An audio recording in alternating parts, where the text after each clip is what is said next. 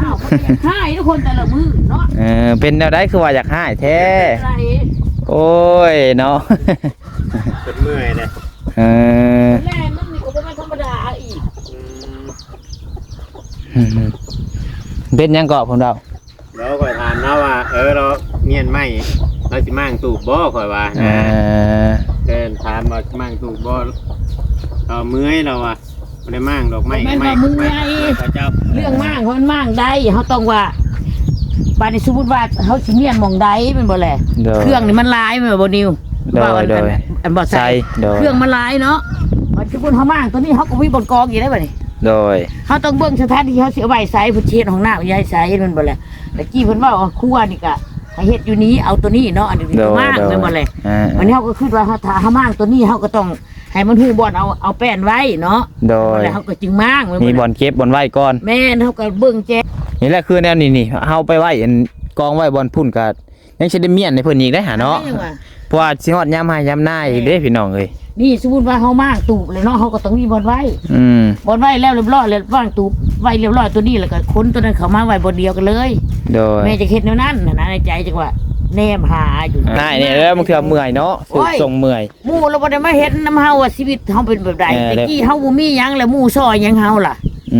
แต่ผลมาว่าสิเฮาว่าขอโทษนะเป็นว่าอันนั้นเขาเม่นลงได้แม่ว่าซั่นลูกว่าเอากระยาเขาแล้วเขาบ่ได้มาเบิ่งแม่ได้ว่าบริสุทธิ์ได้ว่าเว้าคือความหมายนี่เพิ่นว่าใส่แม่บ่คำนี่บ่ขอโทษนำเนาะคนสกปรกอยู่กับหมูกับหมากับแมวกับเป็ดกับไก่เนาะแล้วบัดนี้เจ้าเลยอยากให้โอ้ยอยากให้คนสกปรกมันมักอยู่กับหมาแบบนั้นแล้วซั่นเขาเม่นลงได้แม่ว่าซั่นว่าบ่เกี่ยวกับ FC มันว่าในนี่เจ้าผู้คือนอน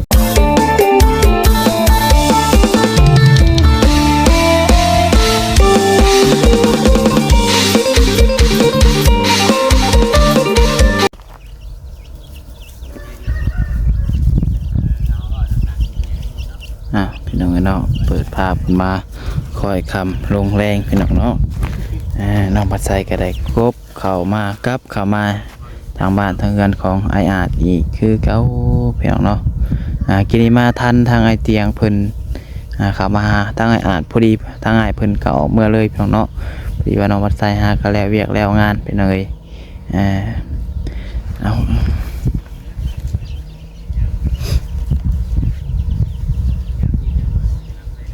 กราบทักทายสบายดีสวัสดีพ่อแม่พี่น้องสบายดีป้าลุงแล้วก็ FC กันเบิดสุขสู่คนสุหม่องสุบอนเด้อพี่น้องเด้อว่าสู่ฝั่งลาวฝั่งไทยและก็อยู่ทางต่างประเทศกันยินดีต้อนรับเข้าสู่ช่อง YouTube น้องปัดไซชาแนลอีกแล้วพี่น้องเนาะมาพบมาพ่อกันช่วงแรงๆพี่น้องเนาะบัดนี้ก็น้องปัดไซพาพี่น้องมาอัปเดตเบิ่งทางพี่น้องเนาะความคืบหน้าไปหอดไซแล้วส่วนดินส่วนดันครับพี่น้องเนาะแต่ว่าสิไปถามทางแม่บัวคำคนก่อนเนาะว่าเป็นจังไดเพิ่นคือบ่ขืนไปนอนเฮือนเทิงเนาะFC เพิ่นว่าฝากถามให้เด้อน้องปัดไซว่าเนาะเห็นเพิ่นเม่นหลายคลิปแล้วพี่น้องน้องปัดไซว่าสิมาถามก็เอาถามให้เพิ่นซะเนาะว่าเป็นยังคือเว้นขึ้นไปนอนเทิงนำไออาดนำน้องชายเพิ่นอะไรกันเนาะเมื่อคืนเนี่ยก็คือว่าเพิ่นนอนอยู่รุมพี่น้องเนาะเป็นอะไรเห็นนะพี่น้องความรู้สึกเพื่อนมาใส่กันพาพี่น้องไปเบิ่งไปชมกันนั่นแหละพี่น้องเนาะเมื่อกี้นี่กับเมื่อเห็ดเวียกพี่น้องเห็ดเวียกให้นั่นนี่พูดว่านั่งลงไปหน่อยนั่งอยู่ตังประมาณ5 นาที10 นาทีแหละกำลังชิลูกพูดว่าปวดอันนี้อีกพี่น้องเนาะปวดบอลอะไรนะคอเนี่ยบอลก้านคอนี่พี่น้องบอลคอตรงมอนมือเศร้านี่ต้มมือเศร้านี่ไข้แล้วเศร้าแล้วพี่น้องมันเป็นนั่งชิลูกปวดขึ้นมาอีกพี่น้องเลยจักเป็นอะไรอย่างคือเป็นน้ำเส้นน้ำเอ็นบ่พี่น้องเนาะน้องว่าไส้เป็นแบบคัดคอมานี่หลายปีอะไรพี่น้องเนาะแต่ว่าใครได้แบบนอนคอตรงมอนนี่ยังเจ็บแห้งกว่าเก่าพี่น้องเนาะแต่ว่าแบบว่ามันเป็นหลายปีแต่ว่าบ่เจ็บแห้งปานใดนะพี่น้องเนาะแล้วเมื่อคืนนี่นอนคอตกมอนบ่แห้งเจ็บเก่าลูกตีเงินสิบ่ได้พี่น้องเนาะว่าสิไปกวดไปหยังกันยังบ่ได้ไปกวดเลยพี่น้องเอ้ยเก็บเงินโฮมเงินว่าบางทีทางแม่เพิ่นไปก วดจุมุกน้องปัจจัยว่าอยากไปพร้อมกันกับแม่เพิ่นว่าอยากไปกวดไปยังซองเบิ่งอะไรพี่น้องว่าเป็นน้ำยอดยังเส้นเองบ่แต่มันเข่งนะพี่น้องยันเป็นน้ำเส้นน้ำเอ็นบ่ช่วงหนึ่งช่วงน้องปัจจัยไปถ่ายอยู่เพื่อนแม่จรพี่น้องเฮ็ดเทือนแม่จรช่วงนั้นก็เจ็บคือกันพี่น้องจนได้กินยาคลายเส้นมื้อละเถื่อ2เถื่อช่วงนั้นพี่น้องตื่นนอนมาเลยเจ็บปวดเลยพี่น้องเนาะจักเป็นน้ำหยังพี่น้องเอ้ยแปลว่าน้องปัจจัยเฮ็ดเวียกหนักพี่น้องว่าง่ายๆน้องปัจจัยเฮ็ดเวียกหนักเลยขับมาก็ตื่นเช้ามานี่เจ็บเบิดแล้วปวดเบิดหลังนี่พี่น้องเนาะน้องปัจจัยสังเกตเบิ่งตัวเองช่วงมื้อที่ส่วนดินเขาห้านลด1พี่น้องเนาะส่วนดินเขาห้านลด1เฮ็ดกับพ่อแล้วก็กับเจ้าของเฮือนเพิ่นผู้ดี4คนพี่น้องเนาะแต่ว่าน้องปัจจัยเฮ็ดหนักอีหลีมันน่ะเนาะยอมรับส่วนผู้เดียวพี่น้องเนาะส่วนจนเบิดกองพี่น้องเอ้ยภายใน3 ชั่วโมงน้องปัจจัยเฮ็ดเนาะวันนี้มันแม้ว่ามันเวียงหนักเติบได้พี่น้องส่วนดินเนาะมันก็บ่แม่นว่านั้นเฮาก้มไปทางลายนี่เนาะพอดีค่ำมาโอ้ตื่นเช้ามาลูกจนบ่อยากได้พี่น้องเอ้ยน้องปัจจัยแล้วก็ช่วงเฮ็ดว่าง่ายก็เฮ็ดเวียกหนักแบบผสมปอดผสมปูนนี่น้องปัจจัยก็เคยเฮ็ดมาแล้วเนาะแล้วมันแบบว่าปวดนั่นนี่นะพี่น้องเอ้ยแล้วน้องปัจจัยคิดว่าตัวเองนี่ถือว่าเป็นนำตัวน้องปัจจัยเองบ่แบบเฮ็ดเวียกหนักแฮงนี่เฮ็ดบ่ได้พี่น้องเนาะเฮ็ดแต่เจ็บเป็นมาโลดพี่น้องเอ้ยแบบบ่สบายตัวขนาดนี้เนาะพี่น้องเอ้ยเว้าหลายให้ห่างบัดนี้ฝากมาเบิ่งทางพี่น้องเนาะเพิ่นเช็ดหยังนี่เนาะจังไดก็ฝากให้พี่น้องไผฮู้ก็ไผที่มีความรู้ด้านนี้เนาะก็เม้นมาบอกน้องว่าใส่นี่พี่น้องเนาะว่าเป็นนำสาเหตุนั้นใดพี่น้องเนาะให้หน้าเขาบ่แหละเขาก็ต้องคิดแล้วก่อนบัดนี้เขาก็ต้องเฮ็ดก่อนบัดนี้มันก็แบบนี้แล้วบัดนี้เอาไปเล่าบ่แล้วเที่ยวเดินนำบ่เพิ่นจมอย่างเด้น่ะเนาะมันก็ต้องขึ้นเพราะว่าสิถ้าได้ฮุบอันนี้คือฮุบใหม่เนี่ยไม้เพิ่นนี่ฮุบแล้วก็บ่แล้วนี่แม่นี่ไม่เขาเจ้าบ่นี่ไม้เพิ่นนี่กองตัวนี้แม่นหยังเด้บ่แล้วนี่แม่นี่ให้ข่อยมางตู่ก็เฮ็ดให้มันแล้วแล้วได้มื้ออื่นเพิ่นบ้านบ่เห็นตู่พูดข่อยไว้กูบ่ต้องจักแบบนั้นเอาว่าสิว่าข่อยเฮ็ดแล้วข่อยก็เมื่อยนำคือกันเด้เป็นหยังน่ะฮะจะเฮ็ดอะไรอันนี้มันคือชักอันนี้สอมันสิลายกับพื้นน่ะนี่พื้นด่าคือหายแท้อันนี้มันอยากหายทุกคนแต่ละมือเนาะเป็นแนวใดคือว่าอยากหายแท้โอ้ยเนาะเป็นเมื่อยเลยแรงมันนี่ก็เป็นธรรมดาอีกเป็นยังเกาะผมเราข่อยถามนะว่าเราเมียนไหมเราสิมั่งตูบบ่ข่อยว่าถามว่ามั่งตูบบ่เมื่อยเราบ่ได้มั่งดอกไม้ไม่เมื่อยเรื่องมั่งมันมั่งได้เขาต้องว่าบาดนี้สมมุติว่าเขาสิเมียนมองได้เป็นบ่แหละเครื่องนี่มันลายแม่นบ่นิวว่าอันบ่ใส่เครื่องมันลายเนาะมันสมมุติเฮามั่งตัวนี้เฮาก็มีบนกองอยู่ได้บ่นี่โดยเฮาต้องเบิ่งสถานที่เฮาสิเอาไว้ใส่ผู้เฮ็ดของน้าใหญ่ใส่มันบ่แหละตะกี้เพิ่นว่าครัวนี่ก็ให้เฮ็ดอยู่นี้เอาตัวนี้เนาะอันนี้มากแม่นบ่แหละวันนี้เฮาก็คิดว่าถ้าเฮามั่งตัวนี้เฮาก็ต้องให้มันฮู้บ่อนเอาแป้นไว้เนาะโดยแล้วเฮาก็จึงมั่งมีบ่อนเก็บบ่อนไว้ก่อนแม่นเฮาก็เบิ่งแจตัวใดมันสิเหมาะสมแม่นบ่แหละอันนี้บัดนี้เพิ่นมาเว้ามื้อนี้มาให้นี่ตะกี้เพิ่นว่าข้อไก่ก็อยู่นี้ครัวก็ให้อยู่นี่ให้เฮ็ดเอาตัวนั้นสาเฮ็ดเอาเองแม่นบ่ล่ะตัวนี้ว่ามั่งนี่เนาะว่ามั่งบัดนี้เฮาคิดว่าไม้ตัวที่เฮามั่งตัวนี้ไปแล้วเฮาสิไว้ใส่หั่นนะโดยแต่ตัวนี้มันก็ต้องยากอยู่แล้วเนาะก็บ่แม่นว่าสิบ่มั่งแล้วก็สิมั่งก็คิดว่าเอาไว้แจตัวนั้นเนาะบัดนี้ว่าก็กระซิดเข้าไปหันเฮาก็ยังคิดหาบนไว้อยู่โดยเราก็แค่ถามมาซื่อแต่ว่าเราก็แค่ถามไผถามนั้นบ่เตียงโอ้บ่แม่นให้แล้วดอกพวกไปได้ยินลูกเขาเว้ามาอีกลูกก็เว้ามาอีกก็เว้าว่าเรามักนอนกับหมูกับหมาว่าซั่นใช่บ่อันนั้นได้ยินเสียงลูกเขาเว้ามาเขาไปเบิ่งนะพวกเขาเจ้าเขามาเบิ่งแล้วเขาเว้าว่าเราซุ้มแบบนั้นแหละสินะแล้วก็เว้าเสียงมาแล้วมันก็โบยแบบม่วนเนาะจะได้ FC บ่ได้เด้เจ้า FC ลูกเจ้าบ่มันบ่ได้ลูกเจ้าอันโทรมาบอกเจ้าว่ามี FC เว้าใส่เจ้าว่าเจ้านอนกับหมูว่าคือว่าไผอันพวกที่เขามาซุ่มอีทั้งอะไรเขาบ่เกี่ยวกับดอกแม่เอ้ยนั่นว่าซั่นเขาเรามักเจ้าว่าจะไปเก็บเอาคน บ่ได้ ขอโทษนำพี่น้องเนาะ แม่น แบบมีคนเว้าใส่ว่าเจ้าหามักนอนอยู่กับหมู่กับหมา แม่น โอ้ แบบนี้นะบ่แม่นเว้าบ่เกี่ยวกับ FC ได้แม่ซั่นเขาเว้าให้เจ้าว่าซั่นคุณเซโนหรือเว้าให้เจ้าอะไรเขาอันนั้นนั่นลงหมดเลย โอ้บ่เกี่ยวกับ FC บ่ คนแถวบ้านนี่ แม่น ว่าแค่บ้านมันก็เข้ามาคอมมอกคอมเมนต์นะว่า แม่น อ่า นั่นแหละ เจ้าจะไปบ่ต้องเก็บมาคิด มันเป็น ถ้ามาคิดมันสิ อืม เป็นมุมมองของ ชม เจ้า น้ำหนา ของ เนี่ย เจ้า นั่น มัน แหละ สิบ่ได้ บัดนี้เขาก็ว่าเอามันก็สถานที่มันก็แคบแน่เนาะ โดย เขาเมียนแล้วก็บ่แล้วคือย่อไม้มันนี่ก็บ่แล้วอีกนี่ อืม นั่นบ่ล่ะเพื่อสิทมแล้ววันนี้ก็กองบ่น้ำไหลออกมาบัดนี้ อืม ก็เฮ็ดบ่ทันได้แล้ววันเพื่อมันสิแล้วบ่เลยเฮาก็จังสิได้ก็ปวดหัวกับแห้งเลยบัดนี้แม่เจะนอนอยู่ไสนอนอยู่ก็นอนอันเจ้าอยู่ไสจะคือบ่ขึ้นนั้นว่าซั่นมันว่าตอนเฮานอนอยู่หั่นตอนกะเว้นนี่ดิ โดยอ้าวนอนในใส่ก็เป็นที่สังลูกก็ว่านี่ก็นอนเช้าเมื่อยเช้าแค่ก็ซ่าสิให้แล่นคือถึงเฮือนว่าถึงเฮือนมันก็ฮ้อนก็เอาเฮาว่านะ โดย ว่าเฮาคิดว่าคนเซโนนี่ก็ไปหมู่คู่ก็มักเว้าเนาะคิดแล้วก็คิด แล้วมันก็จักสิว่าในไหนเนาะบัดนี้ คนใกล้เนาะ เฮาก็ว่าสิถามจะอยู่ว่ามีอันคืนนี้บ่ได้นอนเทิงบ่วะคืนนี้หานอนอยู่นี้บ่ บัดนี้ก็กลางมุ้งก็บ่ทันอีกบัดนี้มีแต่ยุ่งแต่หยังอีกบัดนี้จักสิเฮ็ดได้บัดเครื่องอยู่ตลาดก็ยังมีบัดนี้เครื่องซุมบ่ได้ซักมันไก่ซะลงหมดเปียกในกับนี่เพื่อเฮาสิหาบ่อนตากก็ยังบ่มีเวลา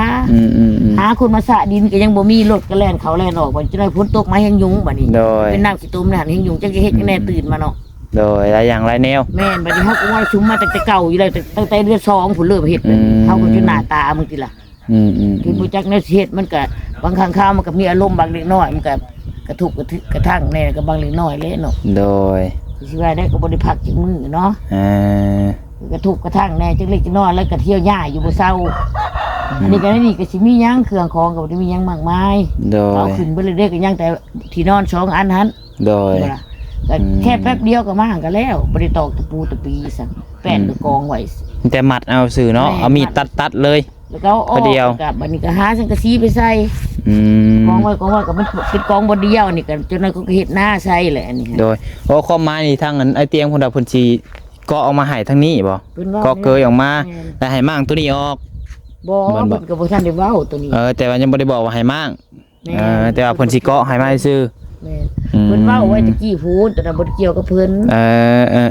โดยแต่ว่าทางเจ้านี่ก็สิมั่งอยู่บ่ อยากมั่งแล้วมันก็ยังหาบ่อนมั่งบ่อนไว้แป้น ข้อไม้นี่เพิ่นก็อยากมั่งเพิ่นเนาะ แต่ว่าสิเอาไว้เฮ็ดหยัง แต่ว่าเครื่องเป็นยังนี่มันยังหลายอยู่บ่มีบ่อนไว้เครื่อง มันบ่มีบ่อนไว้ไม้นี่เด้ เพราะว่าดินสร้างเฮาก็ยังทมบ่แล้วบ่ง่ายๆก็เนาะ มันบ่มีบ่อนไว้ไม้นี่ว่าซั่นซะจะกองไม้ให้เป็นระเบียบเรียบร้อยนี่ตัวนั้นก็หน้าเขานี่มันก็อุกใจแนมไปมันก็อุกแล้ว สมมุติว่าเฮานี่แหละคือแนวนี้เฮาไปไว้อันกองไว้บ่อนพุ่นก็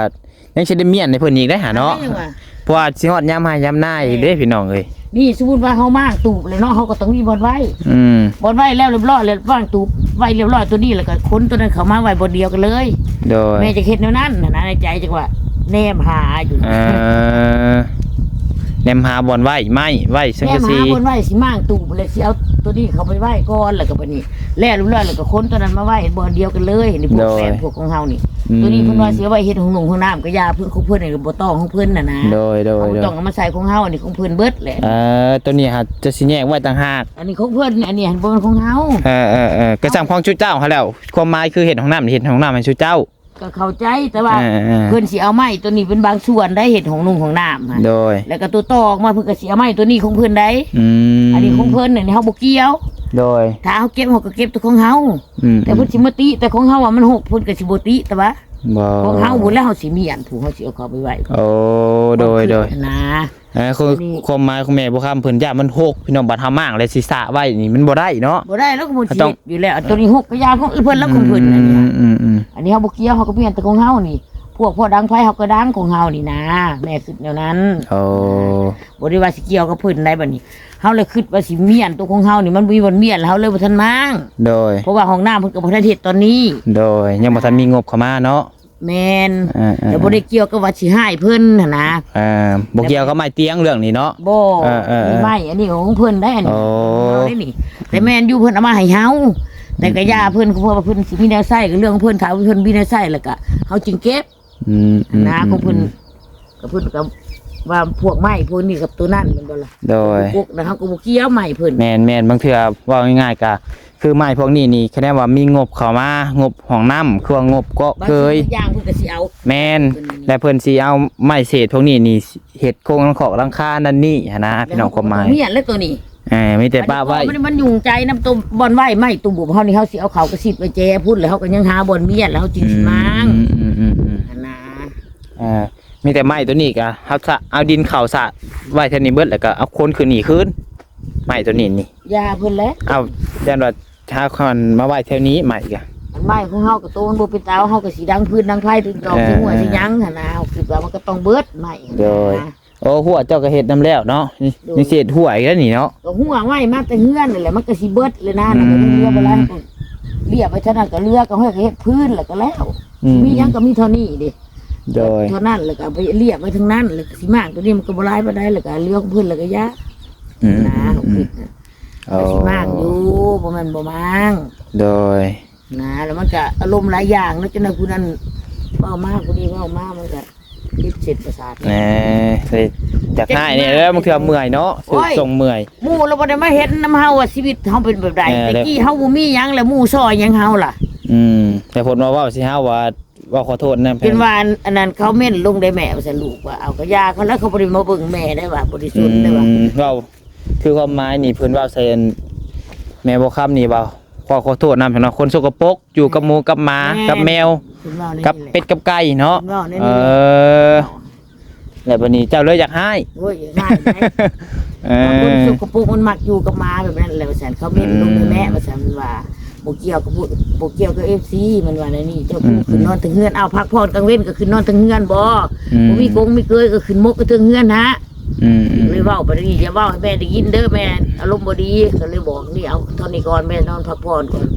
คันว่าได้ยินคนเว้านี่อย่าโทรมาหาแม่แม่เจ็บเส้นเว้านี่จะว่าลูกปองปะแงงผู้ที่ไกล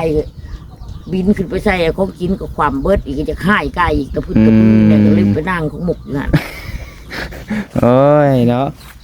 เอาใจเย็นทุกอย่างทุกสิ่งทุกอย่างมันใช้เวลาเนาะคอยเฮ็ดไป อ้าวไอ้นี่แล้วพวกนี้เก็บมันยังบ่เมียนมันมีผัวเมียนซอยมือน้ำยูแล้วใหม่ อันใดอันบ่เป็นตาก็ดังไผ เนาะไปนั่งไผเลาะหัวก็บ่เป็นหยังว่าสิเฮ็ดบ่ได้เห็นว่าคนกะ เด้อเอา ก็อารมณ์เสียในจังหน่อยนึงแล้วเนาะจะได้กูนึกเอามาเพื่อมาแต่ข้าวเฮาบ่มีช่างดินอยู่ก็มีหอมหันหอมมีหมู่เฮ็ดมีซอยเรือหยัง เด้อ มีการเว้านู่นนี่นั่นให้เฮา พอเฮาดันมีนั่นนี่แล้วก็มาเว้ากันนี่เนาะ เขตประสาทเฮานี่บ่อยากเบิ่งแล้วก็ยากว่าเว้านั่นรู้ได้ก็อยากเว้ากันจะเดือดร้อนนี่ยังเรื่องของเฮานะ ใจเย็นเนาะเราเฮ็ดไปให้แหละพี่น้อง หลายอย่างอะเรียรอ เด้อเพราะว่าอันนี้ก็ยังสิได้เอาดินเข้าเบิดได้นี่เพิ่นว่าบ่เอาเข้าเนาะคะแนนว่ามันเหลือ บ่อนไว้ มันเหลืออยู่แล้วเรื่องดินนี่เฮาสาไปหั่นนี่ก็ประมาณอีกรถนึงนี่ก็สิเต็มแล้วนี่อยู่นี่ประมาณรถนึงนี่ ทางให้มันสูงเพราะว่ามัน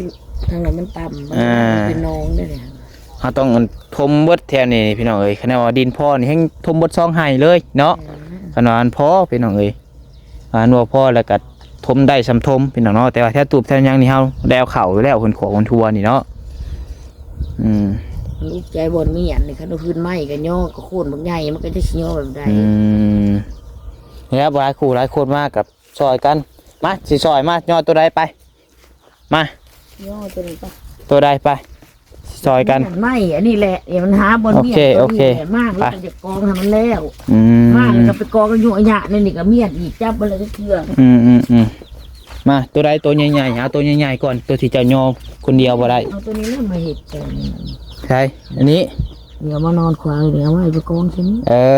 จะสิเอาไม้มาไว้หนีเนาะความหมายโอเคมาซะมาเบิ่งพี่น้องเอ้ยนี่ย่อมาแล้วห่อนี่มันบ่ไว้บ่ไว้เลยมาเอาว่าไว้นี่แหละกองว่าบ่นิ้วก็มือแหละแต่เก่าคือบ่มือแต่วินบ่อันน่ะบ่นิ้วบ่เป็นหยังมาเก่าคือบ่มือแต่เว้นเอาหากันเดี๋ยวบอกกันใครมากันแต้มมันนั่นตัวจะได้จนย่อบ่ได้จะกระบอกผลโลดว่าซอยแนวสิตัวนี้บ่โอเคได้บ่เนี่ย2คนเขาบอกได้บ่เจ้า อึ๊บมานอนได้มีบ่มาตรงแล้ว ยับถึงมาในสิโบ อยากไงบ่นะ ยับมา ไปจังอ่ะ มันสิปีตา เอ้าพ่อบ่ ไปอีก อ๋อแม่สิอ๋อไปก่อนหัวสิขาย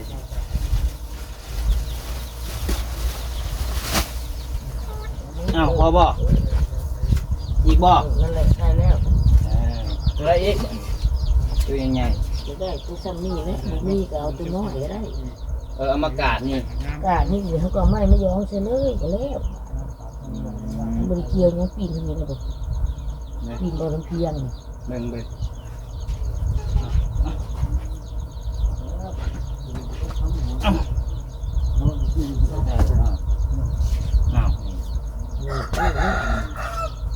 เด็กกาดใช่อีกบ่นี่ตัวหนึ่งมา ตัวหนึ่งไม่ใช่ปุ๊บ ใช่พี่ใช้เป็นกุ้งในตัวนี้เล่น น้อยก็ทิ้งตัวมันมีสมัย ใส่เจเลย เจ๊เลยโกงง่ายเล่นตะบนต่อก็เป็นแล้วก็แล้ว โอเคเสร็จมา มันพูดแล้วเลยนะอย่าง ตัวนอกกูบ่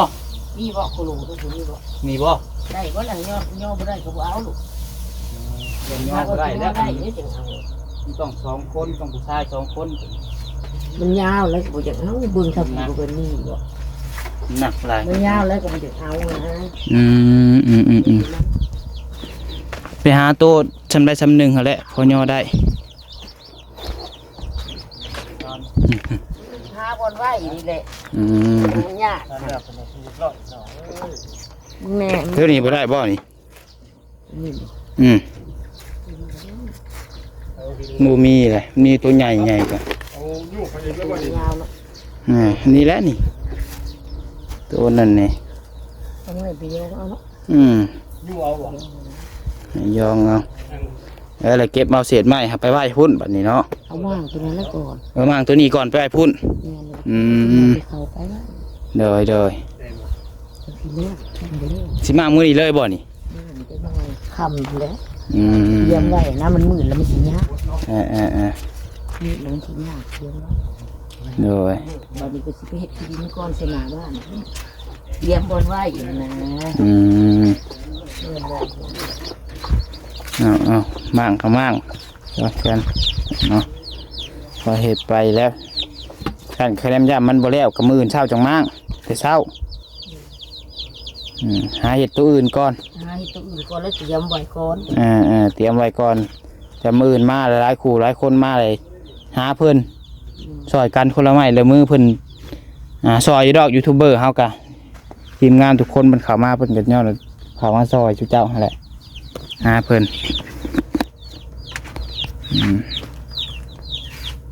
หาบนไหวอยู่แหละงมเท้า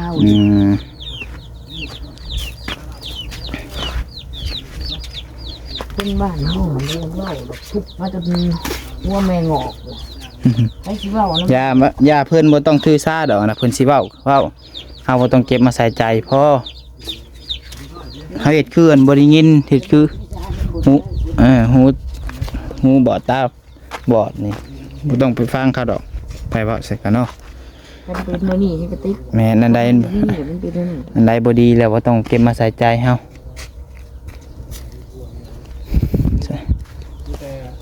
เพิ่นละบอดตัวใหญ่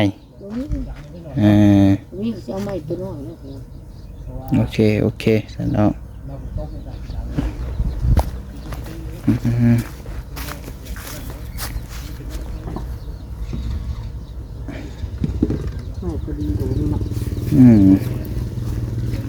เบิดยุบไว้แล้วไม่ทีในหน้าเขาคือสิเขาอีกแน่นอนแล้วพวกชอดยามหายามหน้าเลยเนาะแต่ให้มันได้ไว้บนเดียวสันกระทุ่งกระสีโดย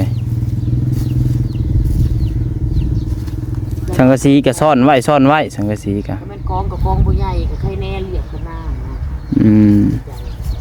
แล้วก็คอยมันเป็นไปได้ก็เบิ่งก่อนความคิดนี่ก็คือซาดังไฟมันจะเบิดเองมันดอกโดยเบิดนี่ดอกคอยเฮ็ดไปยังกะ ต้องการมันมาพอดีมันดี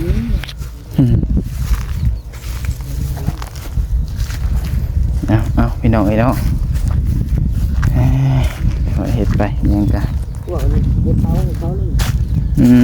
ขี้เหงื่อในจูดโลดขี้เหงื่อ เดี๋ยวเผามันแรงเลยมันขึ้นก็มุกไปเรื่อยๆนี่มันเผา โอเค